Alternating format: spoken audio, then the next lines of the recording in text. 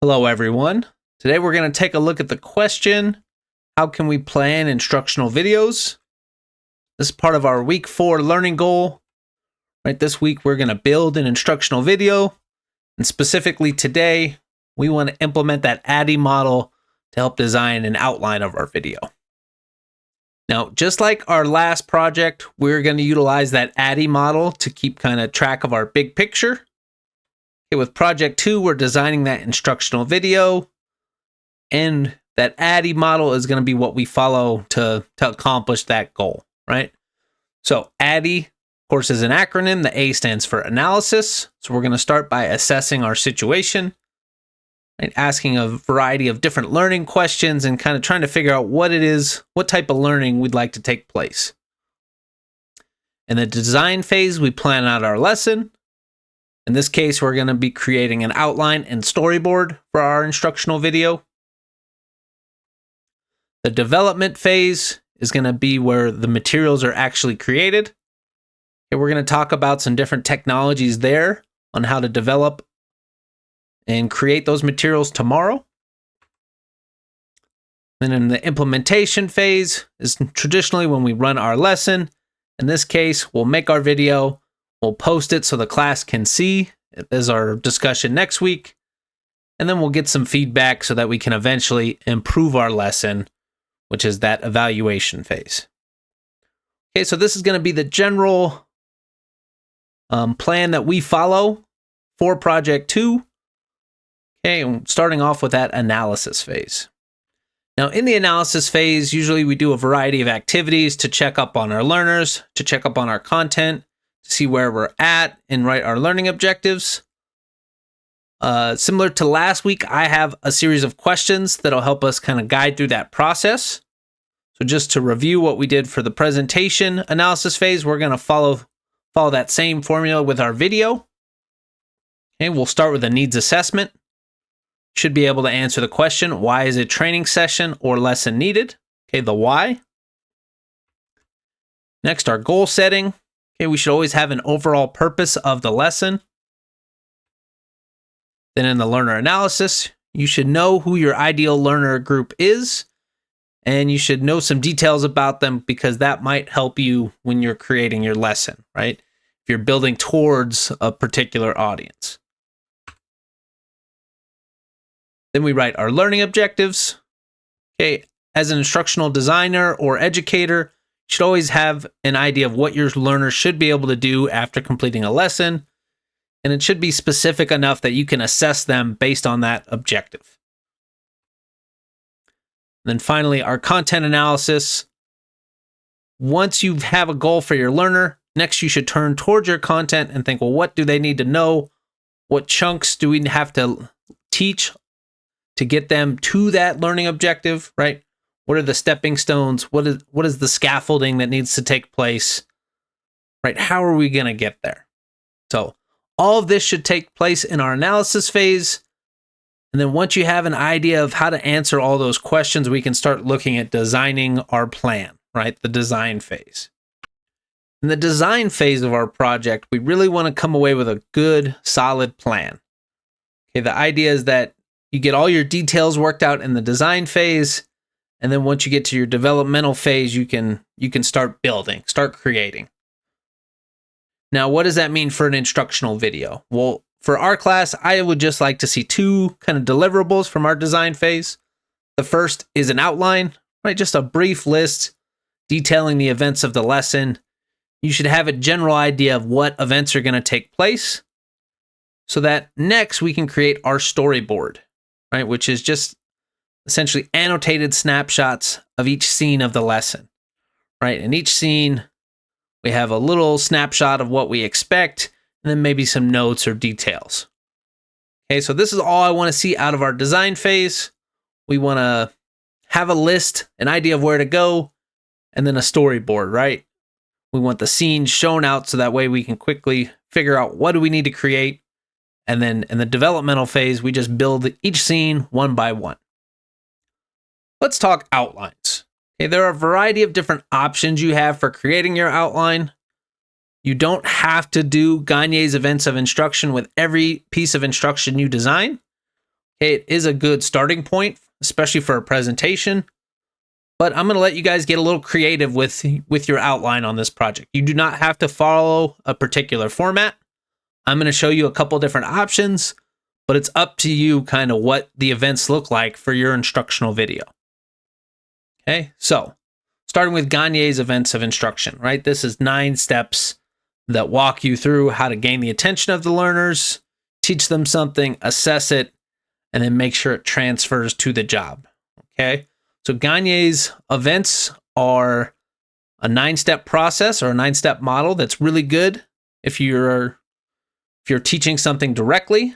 So an instructional video where you're going to introduce content, I think this is a great thing to follow. And just like we did last class, if you like this setup, you can use that as the basis for your outline, right? Those 9 steps. And although Gagne provides us a great model for instruction, he's not the only one that does so. For example, Merrill introduced principles of instruction on how to teach a particular task. Okay, they start with the task that's being taught. They activate prior knowledge about the task. They demonstrate how to do the task. They ask the learner to apply their knowledge and try it out. And then they integrate it into the learner's real life. Okay, so here's another 5-step process on how to teach someone how to do a specific task, right? So maybe that could be the basis for your outline, where your first event is introducing the task, and then activating that prior knowledge, demonstrating the task, having learners apply it, and then integrating that into their real life. Maybe those are your 5 events that you're going to focus on with your outline. Okay, so another option here. Another option, John Keller's ARCS model for motivation. Okay, and Keller's model is broken into 4 parts: attention, relevance, confidence, and satisfaction. With the idea that first we have to gain the attention of the learner, we have to prove the relevance of the learning concept, we have to grant that learner confidence that they can solve this problem or utilize this learning, and then the satisfaction. We have to show them the satisfaction that comes with mastering this skill. Okay, so this is a model for motivation rather than a model for instruction. But if we want engaged students, this might be something that we use to take a look at our videos, right? To outline our videos with. Maybe you're looking at, how am I gaining the learner's attention? How am I going to show them relevance? How am I going to create confidence? And then how can I show that satisfaction, right? Maybe this is your model that you're using to create that outline for with your instructional video. Right? We have lots of different options here is really what I want to show.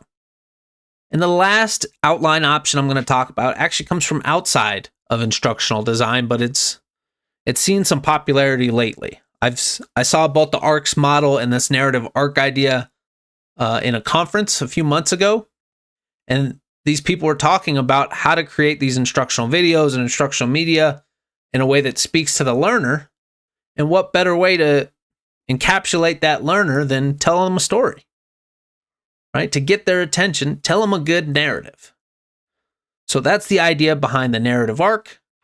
Okay, a narrative arc traditionally has some sort of setup. There's an inciting incident that starts the story off. There's some kind of rising action, peaking at a climax. Usually then the hero of the story is either successful or fails. There's some falling action and a resolution. Okay, so if you're a little more of the English type, feeling a little more creative, maybe you model your instructional video based on the narrative arc. Okay, maybe there's a setup, there's an inciting incident, and so on. Okay, but you don't have to pick one specific way to create an outline for your lesson. There's a ton of different models out there that you can borrow from, or you can always create kind of your own setup, right? Maybe you have something really specific that works in your classroom based off the tools that you have available to you and your students, since you have knowledge of them. That's great. Okay, but the biggest picture or the biggest thing here that we want in our design phase is we want some kind of outline, some kind of list of events that we care about that we're going to teach about, right? And then we can use that to create our storyboard. So we introduced storyboarding last week, and I don't have a ton to add today, right? Storyboarding gives us that general snapshot of each kind of scene that's taking place in the lesson. Personally, all right, there's lots of ways you can do storyboarding, but I tend to have a scene title, a photo I would like to include, or a description of that photo, and then a description of the scene, okay? And in this case, since we're doing a video, we can also include a video or video description there instead. And maybe if you want to talk about problems with a river overflowing, right, we could show some stock footage of that river in action, that sort of thing. So when we're creating our storyboard, the idea is we're going to do this for each scene. We're going to talk about the photo or video in the scene, give a description, and then at the end, we can print our storyboard in such a way that you can quickly take a look at all of those scenes, right? So this is kind of something like this is what we should have for that storyboarding aspect of the project 3 that we're going to be starting today. Now, as far as the remaining tasks you have to work on today, there is no required reading since most of this is kind of review today. We did talk about a couple different options for your outline, so I do have some extend your learning options there. If you'd like to learn more on Merrill's principles of instruction, the ARCS model for motivation, or just how to use that narrative arc to create a story, okay, we have some different articles there that you can check out. I do have a quick little quiz that's mostly questions on the ARCS model. So if you want to test your knowledge on the ARCS model, try out the quiz 4.2. And then finally, we'll start working on project 3 today, doing part 1, which will essentially be those analysis questions and that storyboard. Okay, so let's take a look at that and then we'll call it a day. All right, so today we're starting project 3, which is our instructional video project. In part 1, we're going to be doing the analysis and design phase. Okay, so we're going to be answering some questions and creating that outline and storyboard. Okay, so things you need to know for this instructional video, you may choose the topic as well as the learner group. Okay, it can be related to your real world job. It does not have to be. So choose whatever topic you find interesting. Make sure as we go that we're saving everything because we're going to submit that at the end of the week. Okay, for our analysis section of this project, similar to last week, we are answering a couple questions about what we want our learners to learn and who those learners are. And then for our design phase, okay, I want to see 2 things. I want to see an outline and then the storyboard that you created based on that outline. So create that outline. This is just a bulleted list that describes the major chunks of that lesson. Okay, we've talked about the outline today. Feel free to pick whichever model you like or come up with your own model. But I want to see that outline. I want to see the events listed so that I can see what you use to make that storyboard, right? So we're also going to create that storyboard by hand or in a computer program. And yeah, I really want to see kind of what you're thinking for each scene of our instructional video. And then tomorrow we'll start to look at some available technologies and you can start to figure out how to translate that storyboard into reality. Okay, so that's the idea today. You should be answering these analysis questions, creating an outline, and then creating a storyboard for an instructional video. As always, if you guys have questions, feel free to reach out by email, by Web Campus. I graded your guys' instructional,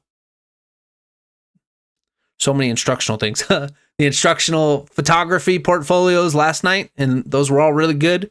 So great job there. I'm really happy with kind of the effort you guys are putting into the class. You guys are creating some really good stuff. So keep up the good work. Reach out to me if you get stuck, and have a wonderful day.